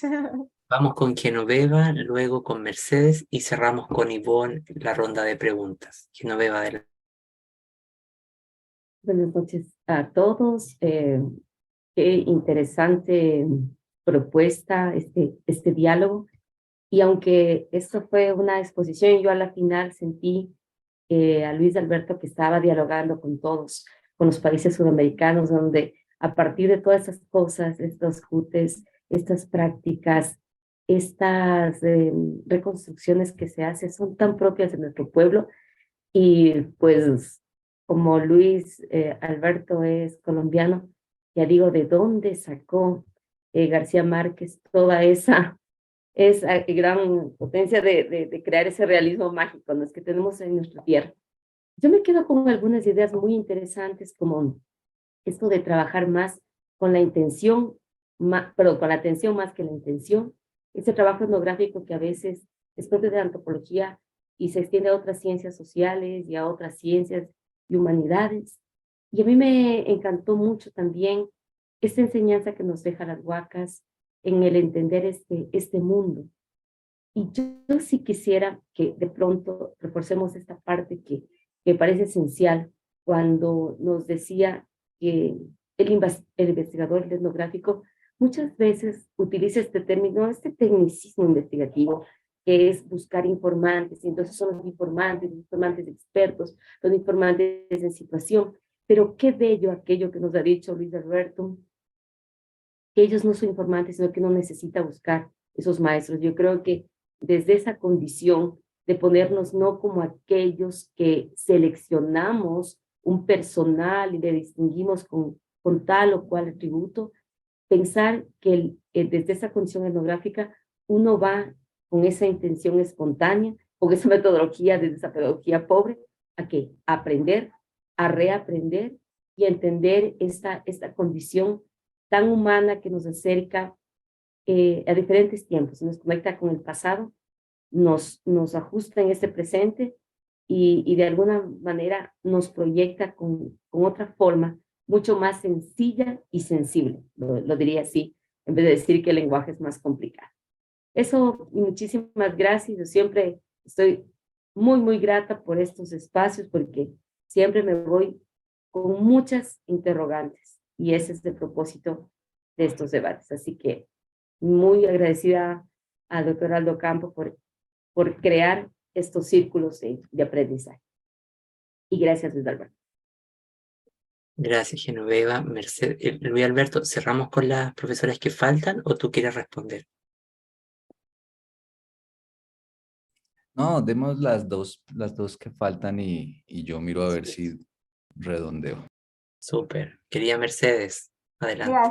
Gracias Aldo. Buenas noches compañeros. Luis, todavía me explota la cabeza con el concepto de las vueltas. Eso para mí fue algo que, wow, todavía estoy tratando de procesar la información porque pues, el mundo occidental tenemos una línea de tiempo, ayer, hoy, mañana, y algo de regresar, no sé, eso me dejó totalmente transformada. Te agradezco mucho esta oportunidad y este acercamiento. Mi pregunta más bien es una solicitud bastante puntual. Escuché de algunos libros que recomiendas y podría haber alguna bibliografía que nos pudieras compartir, sobre todo con estos temas, porque realmente fue un atisbo, una ventanita que se abrió para mí, pero estoy muy interesada en profundizar más sobre esta temática. ¿Alguna bibliografía que nos puedas recomendar? Y ojalá que Aldo también nos ayude a llegar a esa lista de libros que será interesante poder consultar. Gracias. Gracias, Mercedes. Ivonne, cerramos contigo. Pues no, para mí es un placer enorme escuchar a Luis Alberto, un chico joven, digo yo, porque podría ser, creo que tu mamá, y pienso en mi hijo mayor, sociólogo. Yo soy lingüista y me llamaba mucho, yo soy muy tiquismiquis con las palabras y el título de la inflación del lenguaje me tenía muy a la expectativa. Y me alegra enormemente porque yo también soy maestra de universidad pública en Bogotá y es una de las discusiones que tenemos en la academia, ¿no? Cómo el lenguaje tiene que posibilitar la relación con nosotros, que son en este caso los estudiantes. Y cuando haces toda la explicación, la descripción y explicación de las huacas, pues para los que somos colombianos y trabajamos en el área, no nos es desconocido, pero me gustó muchísimo que la excusa de las huacas permite darnos cuenta de más cosas. Si no es solamente la narrativa frente a la experiencia que ha tenido Luis como antropólogo, que muy seguramente otros antropólogos también la han vivido, pero es la forma en que enlazas y cruzas la experiencia, la teoría, la vivencia y la necesidad de una transformación. Y yo diría que una transformación en América Latina que cada vez tiene más fuerza, mucha más fuerza en los espacios académicos y que a mí me alegra. De verdad, Luis, que me alegro muchísimo, no solo porque seas colombiano, sino porque representas las nuevas generaciones de voces de América Latina y para mí eso es muy importante. Y yo maravillada y estaría feliz de tenerte en la Universidad Distrital. Gracias. Muchísimas gracias, Ivonne. Luis Alberto, adelante. Bueno, no, primero agradecerles la inmensa generosidad de sus comentarios. Me emociona mucho que les haya gustado y que tengan preguntas también. Siento que pues ciertamente esto es fue a toda velocidad, es una cosa muy Es un cuento largo de contar porque por supuesto no es un cuento mío, es un montón de gente que ha trabajado en la antropología colombiana y algunas discusiones de uno y otro lado que, pues que retomo. Voy a terminar por la Universidad Distrital y entonces empiezo por otro lado.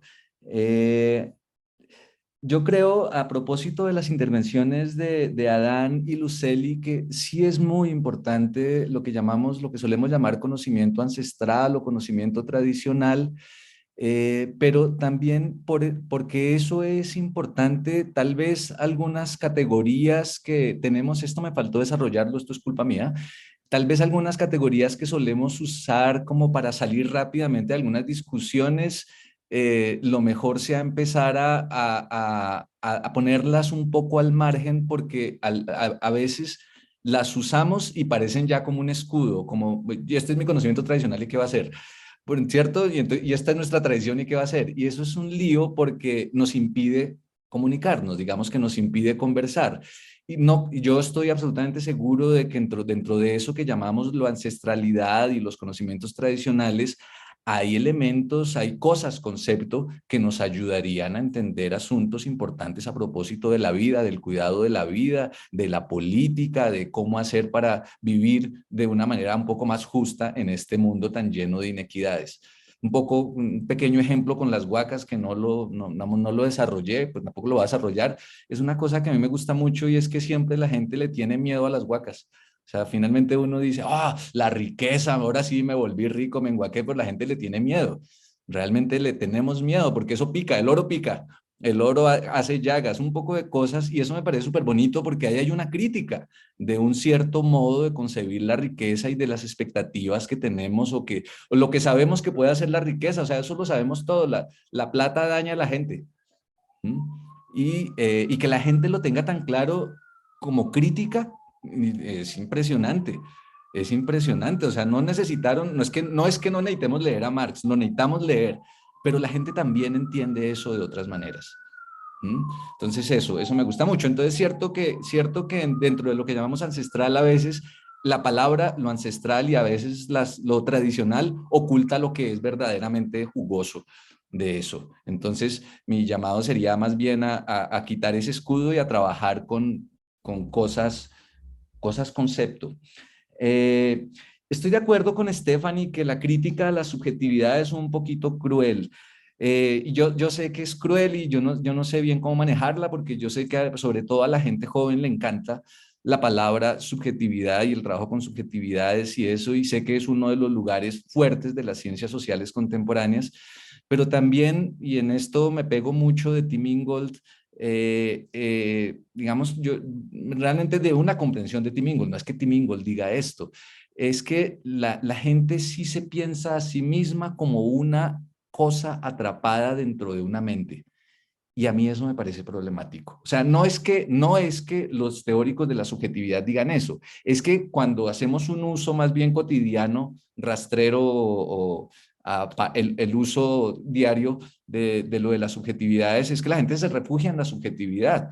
Ustedes quienes han sido profesores saben que los estudiantes eventualmente acuden a su subjetividad para no presentar exámenes o para pedir una nueva evaluación o para hacer una tesis que digamos, se les facilite un poco más y eso me parece que es un poco problemático, aunque digamos que tienes razón en que muy probablemente en el estudio de subjetividades hay un campo absolutamente rico, vasto y lleno de posibilidades. De hecho, yo a veces lo pienso así, pero cuando pienso como en el problema de los objetos, por ejemplo, mi abuelita decía, ¿y esto qué contiene? En el supuesto de que eventualmente había algo oculto. Entonces, bueno, ya.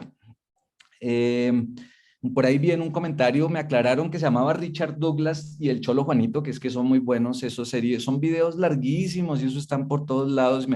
A mí me gusta mucho ese humor popular porque ese humor popular está lleno de cosas concepto. Creo que podríamos recuperarlo. Eh, eh, A propósito de recomendaciones bibliográficas, yo me detendría bueno, los tres que ya he mencionado más. Mechelen me parece muy bueno, Ingold, pero sobre todo para el caso colombiano, Luis Guillermo Vasco Uribe, él tiene su página en internet, se llama Lugiva, ahorita la anoto rápidamente. Ahí está toda su producción.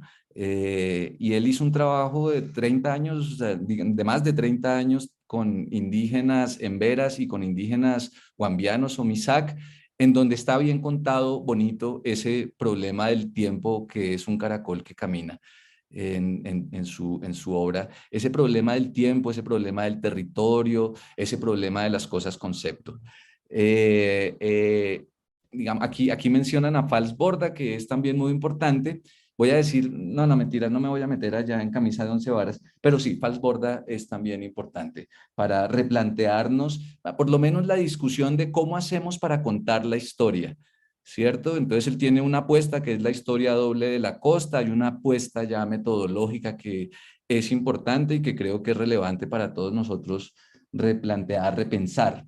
Y finalmente, agradecerle a Ivonne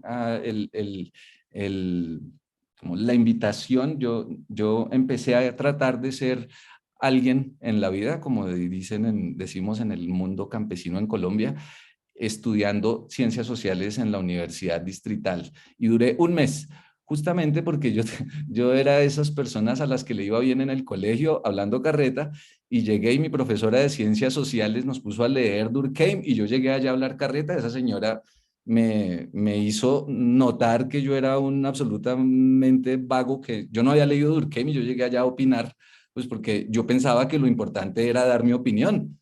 A eso vine, a dar mi opinión. Y porque tenía una subjetividad muy importante, porque yo era el más triste de mi colegio y la gente triste tiene una gran subjetividad. Entonces yo llegué allá y eso, la señora me hizo notar que yo era un bobo, torpe, bueno, era lamentable y bueno, entonces no seguí estudiando ciencias sociales. Después, como a los 2 años, volví a intentar estudiar y intenté estudiar matemáticas en la Distrital. Y en el primer semestre me fue muy bien y después ya no me fue tan bien porque eso es una cosa de estudiar, ¿sí?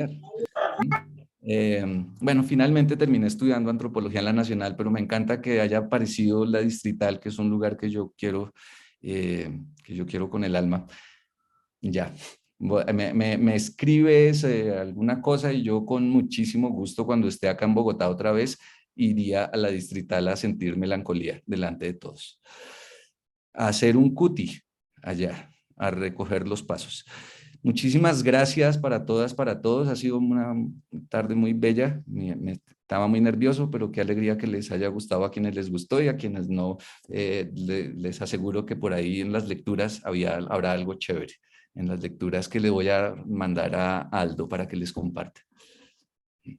Muchísimas gracias, Luis Alberto. Yo creo que todos estamos muy entusiasmados con la charla, con la conferencia, estuvo bastante interesante y me gustó mucho porque, por ejemplo, cuando tú decías, en lo personal lo digo, cuando tú nos presentabas esas tres premisas, ¿no? La otredad como nosotros, después cuando planteabas la idea de la alteridad, eso en la educación inclusiva está plagado, ese discurso se reproduce mucho, de diferenciar, de ver al otro, pero no entenderlo desde el punto de vista relacional. Entonces hace mucho sentido, no una cosa disciplinar de la antropología, sino que tiene mucho aplicaciones.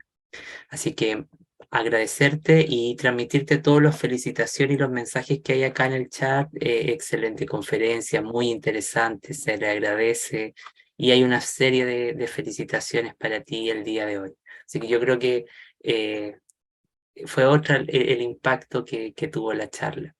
Bueno, de este modo llegamos al término de esta versión de la Escuela Postdoctoral 2023. Esperamos que para los que siguieron, se conectaron sagradamente y, como dicen ahí en Colombia, juiciosamente a cada una de las sesiones, le haya servido, le haya hecho sentido. La idea de esto es pensar extradisciplinarmente, que una de las premisas fundacionales del CELEI. No trabajamos en contra de las disciplinas, pero sí nos interesa conectar, rearticular y traducir muchos aportes que van quedando entre medio de muchos modelos de pensamiento. Y bueno, les vamos a seguir compartiendo todas las actividades que hay, que ya en julio viene otro ciclo de actividades.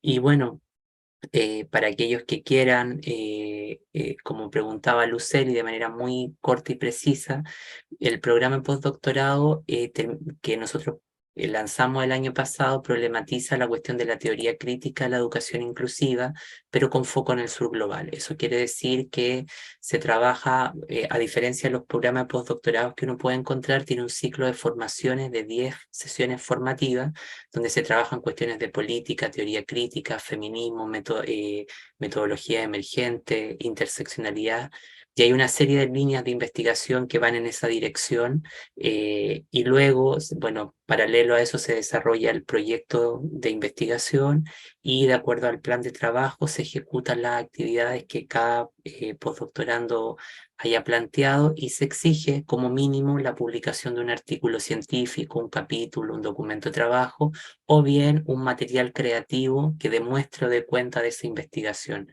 Y se cierra la estancia con un coloquio de investigación postdoctoral que lo aprovecho de dejar invitados, que la generación 2022-2023 lo va a presentar durante los primeros días de julio. Ya ahí se va a estar presentando. Y al alero de eso hay una serie de complementos formativos que son conferencias cerradas para quienes cursan el postdoctorado en sus campos de aplicación. El año pasado, por ejemplo, en el que está vigente, habían proyectos de descolonización del lenguaje, por lo tanto habían conferencias en esa línea, ¿sí? Bueno, eso es a grandes rasgos. Si alguno de ustedes tiene interés en que le hagamos llegar la información, nos escriben al correo de contacto@cerley y ahí les compartimos eso. Sí, la versión de este año va a partir en agosto, no el 1 de agosto, sino que cercano al 15 de agosto. Así que bueno, todos aquellos que tengan interés nos escriben y espero, Luceli, haberte respondido las preguntas, ¿sí? Bueno, la postulación se hace presentando el anteproyecto, lo típico, el currículum, una carta de motivación, y todas esas cosas que siempre nos piden que son para dar cuenta que realmente tenemos ese capital simbólico. Bueno, sin Bueno. más, les doy una cordial despedida y dentro de un mes les haremos llegar su certificación.